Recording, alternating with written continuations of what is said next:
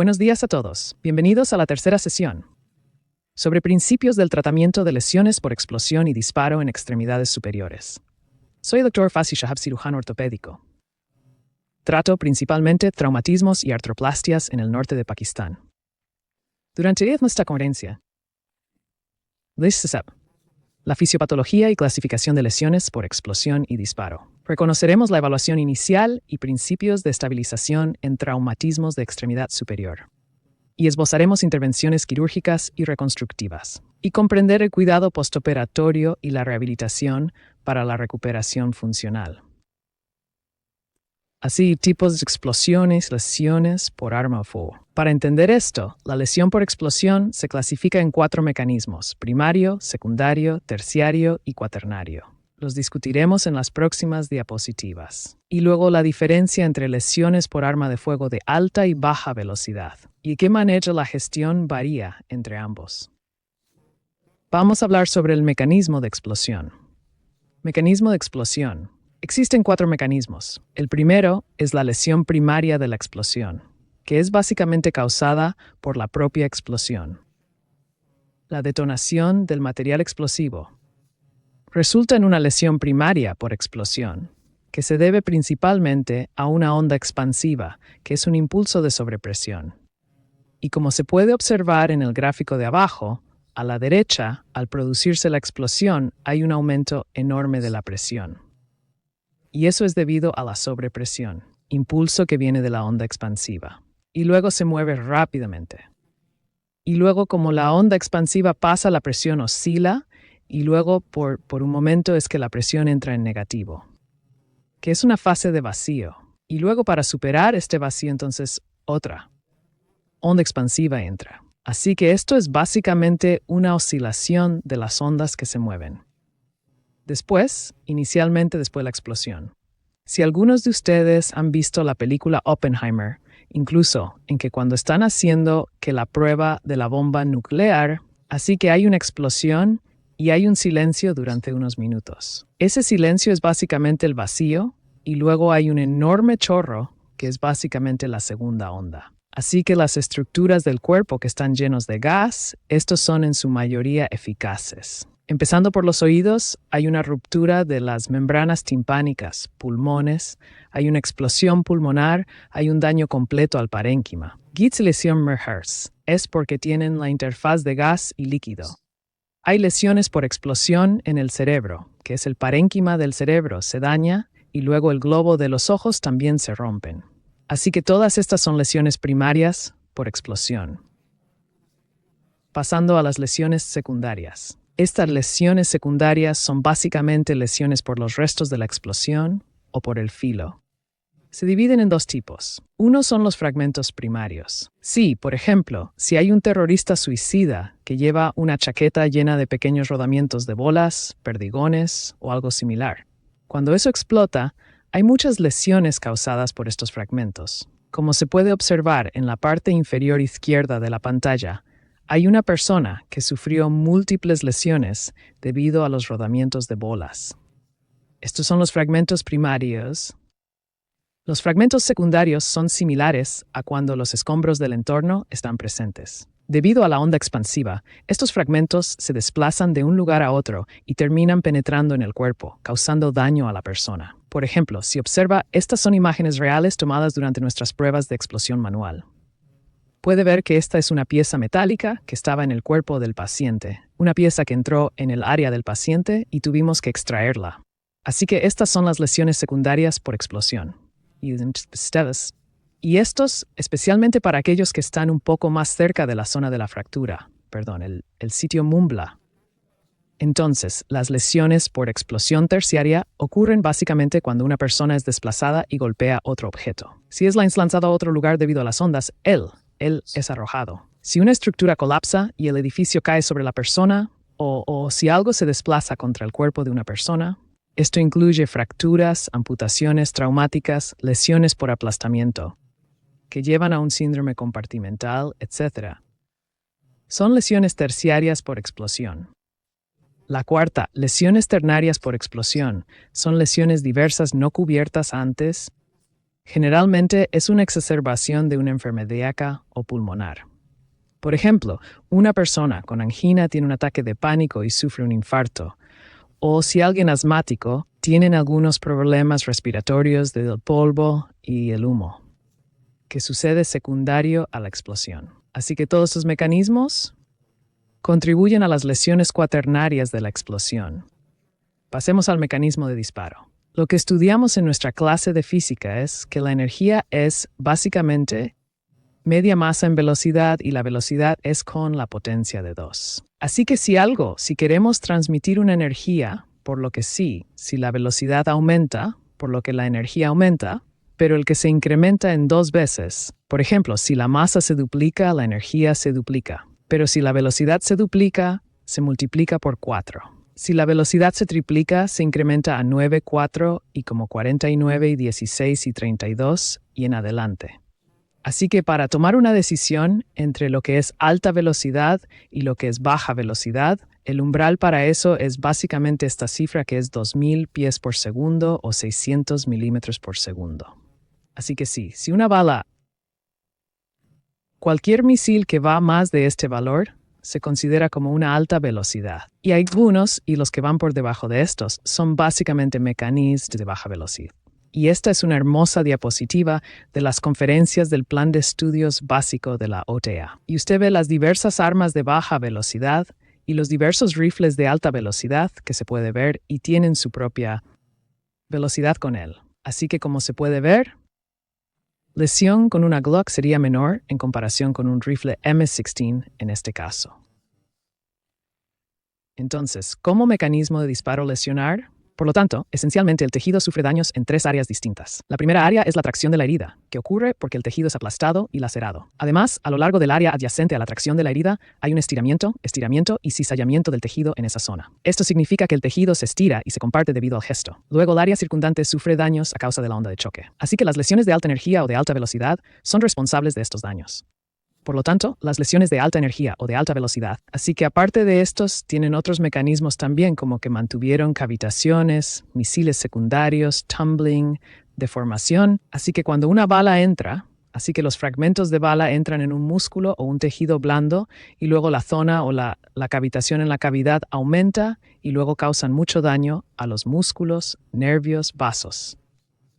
Y entonces es por eso que son mucho más causa. Y es por eso que causan más lesiones en comparación con las lesiones de baja velocidad. Y el tratamiento de baja velocidad y alta velocidad, básicamente completamente diferente, aunque ambos se conocen como disparos, pero el tratamiento de ambos requiere mucha deliberación y hay diferencias.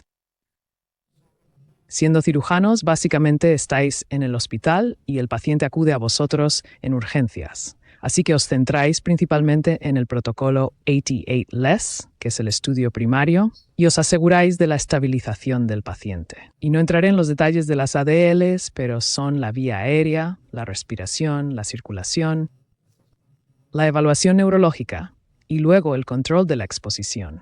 Esto se realiza en buenos centros y lugares adecuados. Es algo que se hace dentro de la lesión.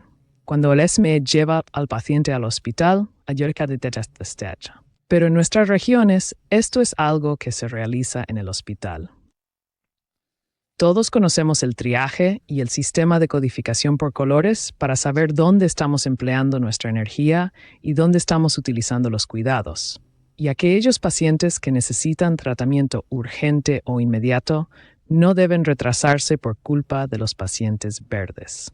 En los casos de lesiones por explosión, la primera oleada de pacientes que llegan al hospital es básicamente la de los pacientes verdes.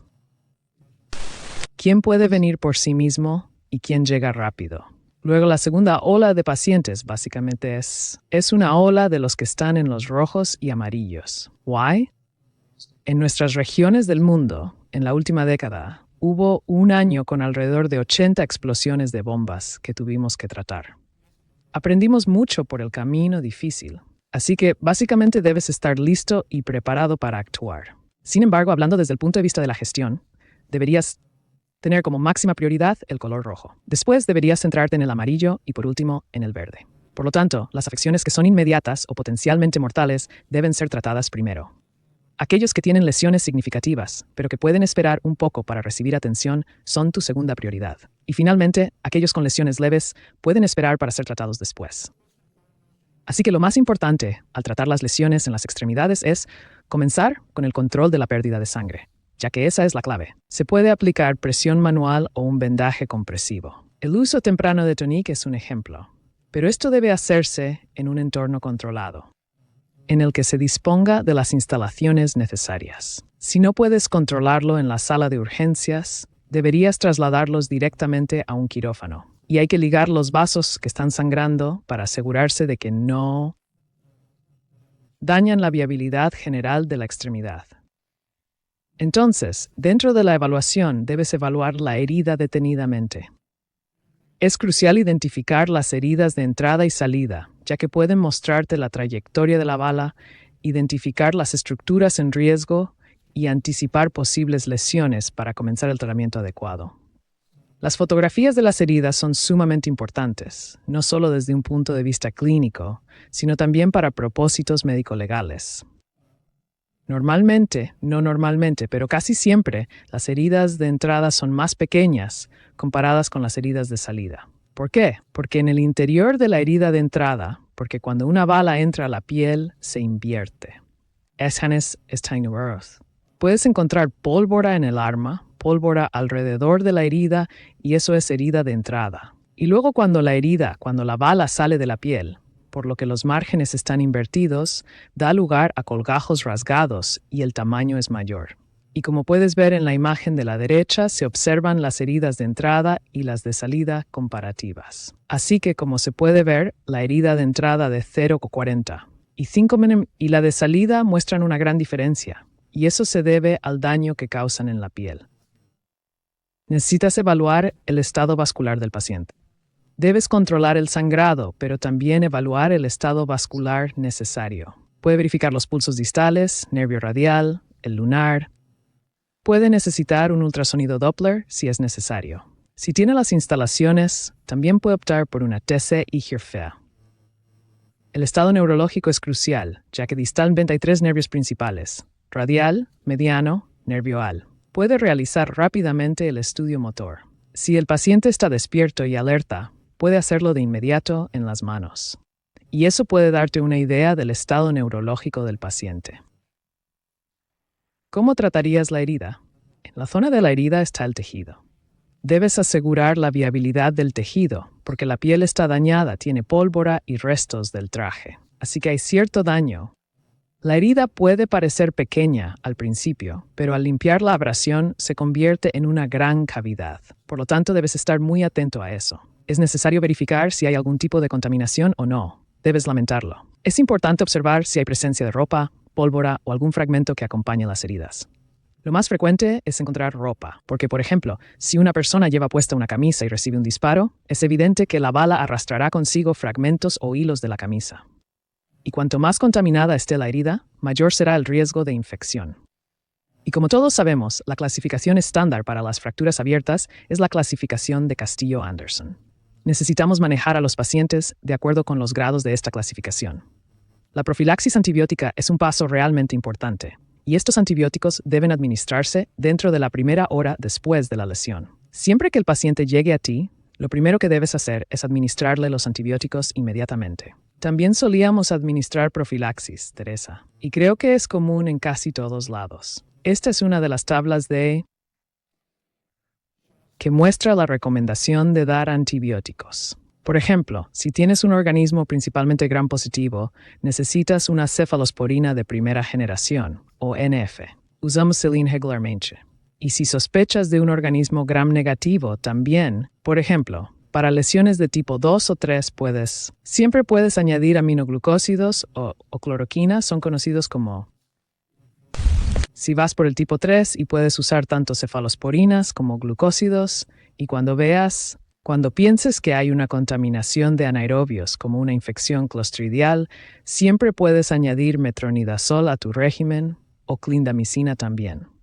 Así que de nuevo, esto es algo que varía en todo el mundo y que necesitas tener. Puede consultar sus propias directrices sobre el tratamiento de fracturas abiertas. La imagen es crucial, y el primer paso son las radiografías. Los rayos X no solo te informan sobre las fracturas, sino que también pueden mostrar clavos afilados, balas, pólvora, fragmentos en los tejidos blandos o el TAC óseo. Siempre puedes realizar pruebas para fracturas periarticulares, así como angiografías. Puedes hacerlas para observar formaciones de hematomas, cualquier obstrucción en los vasos o cualquier pseudónimo. Y la probabilidad de un pseudoneurisma es bastante alta con heridas de bala en comparación con accidentes de tráfico. También puede hacerse un ultrasonido si es necesario. Para verificar en la sala de emergencias tanto las inflamaciones como los hematomas o el suministro vascular.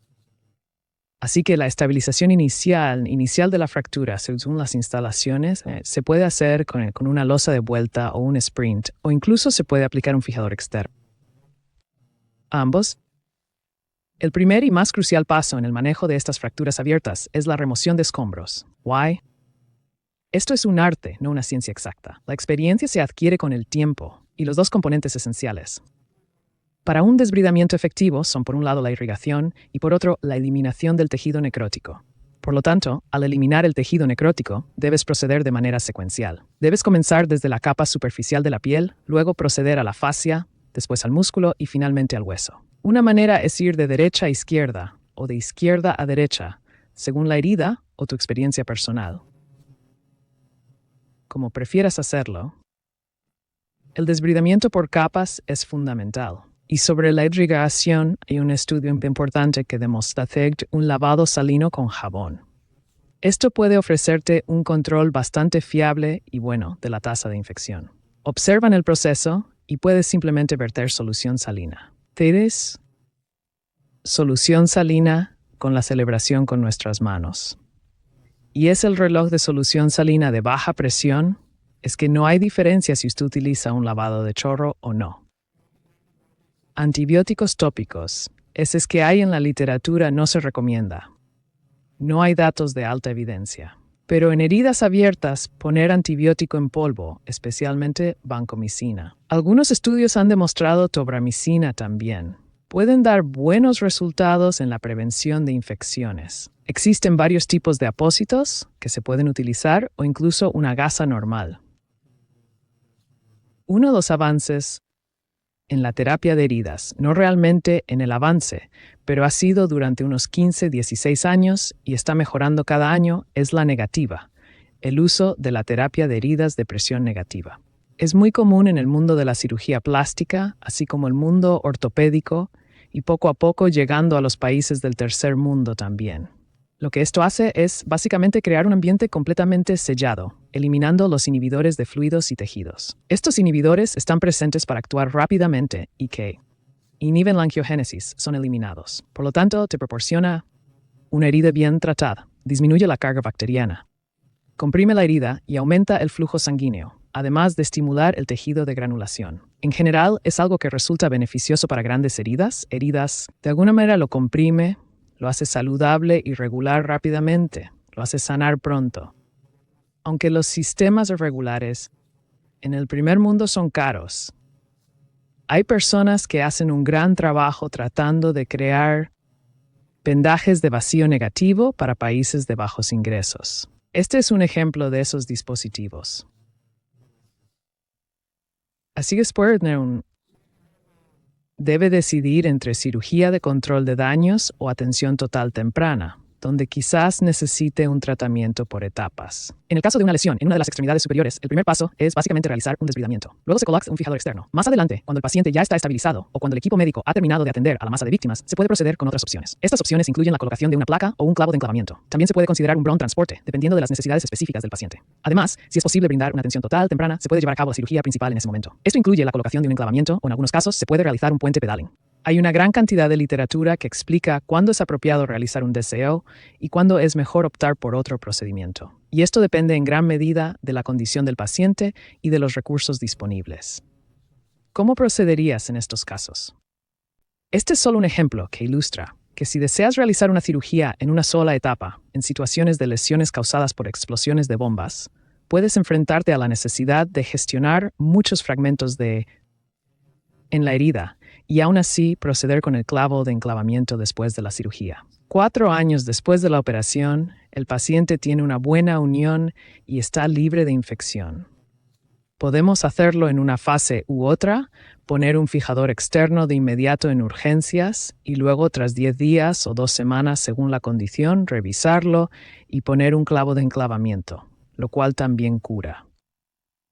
Pero algo que se debe recordar y aconsejar al paciente desde el principio es que el camino a la recuperación es largo y difícil. Para hablar de eso, un hombre de 65 años con una herida de bala recibió un fijador externo. También tenía parálisis del nervio radial. Al llegar, retiramos el fijador, colocamos un clavo de enclavamiento y añadimos injerto óseo. 7 meses después tenía buena función y su PI real Hewer secuencialmente.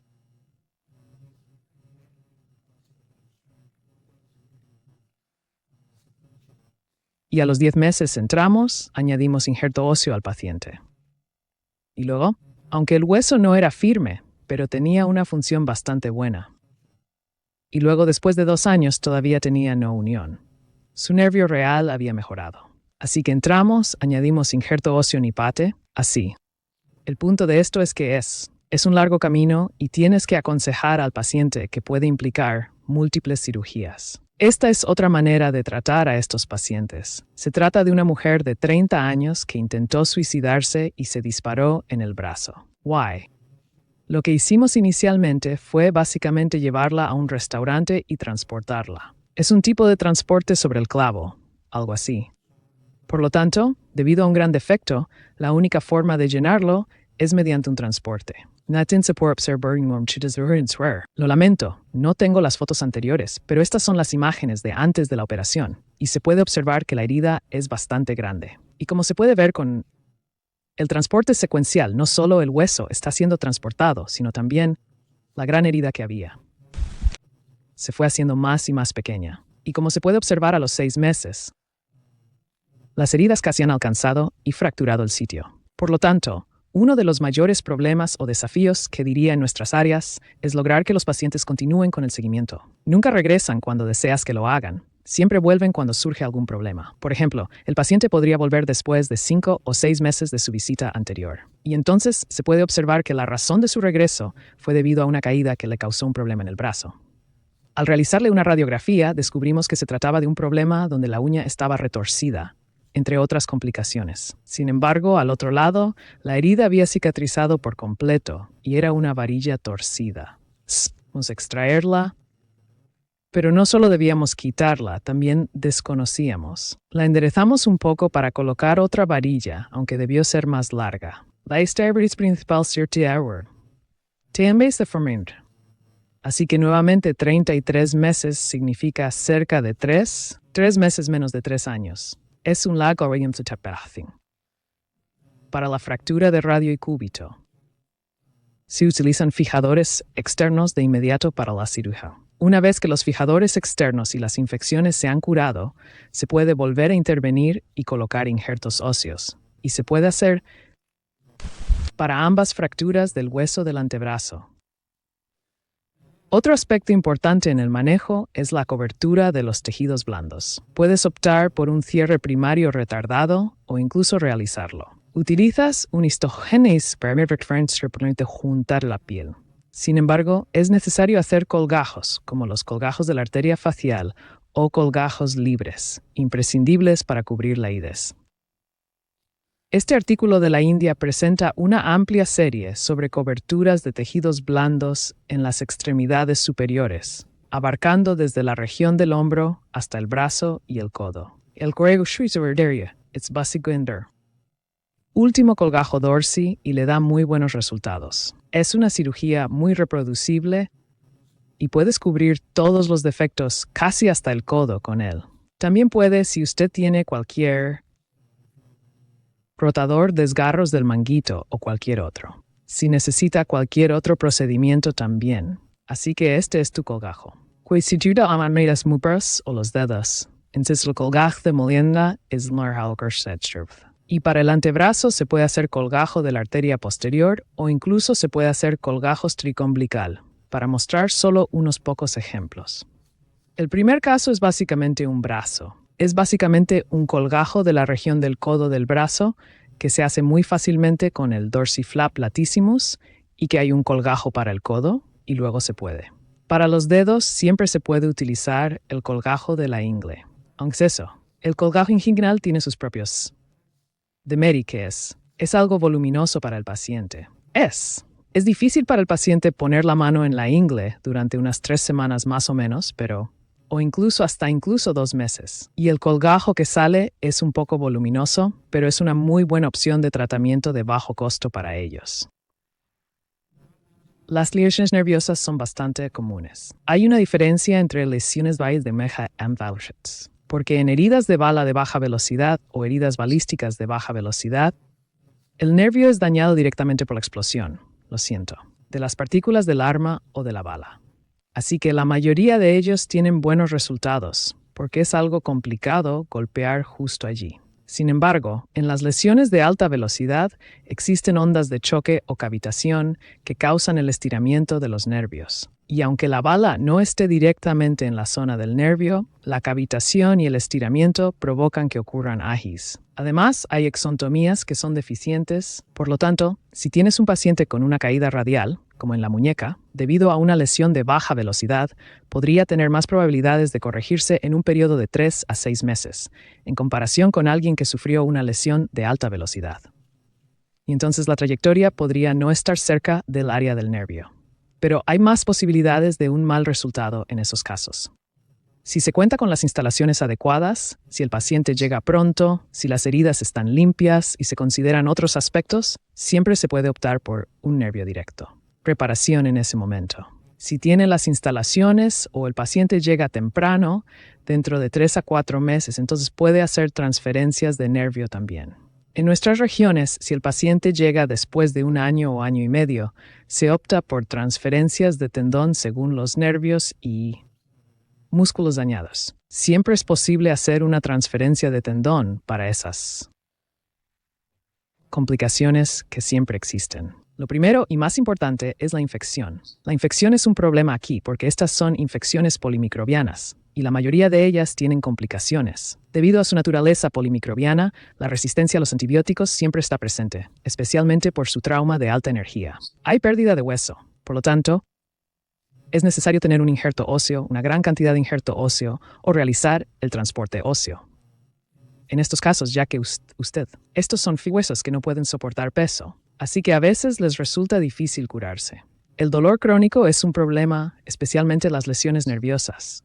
He visto a muchos pacientes con lesiones del plexo braquial. Hay un tipo de causalgia muy horrible. Tuve un paciente, el de las fracturas de antebrazo que mostré anteriormente, y él estaba tomando gabapentina, 300 miligramos 3 veces al día, pregabalina, 300 miligramos 2 veces al día. Los traumas y las rodillas todavía no podrían permitir dormir por aproximadamente 6 a 8 meses. Y el dolor que causa esto es realmente severo.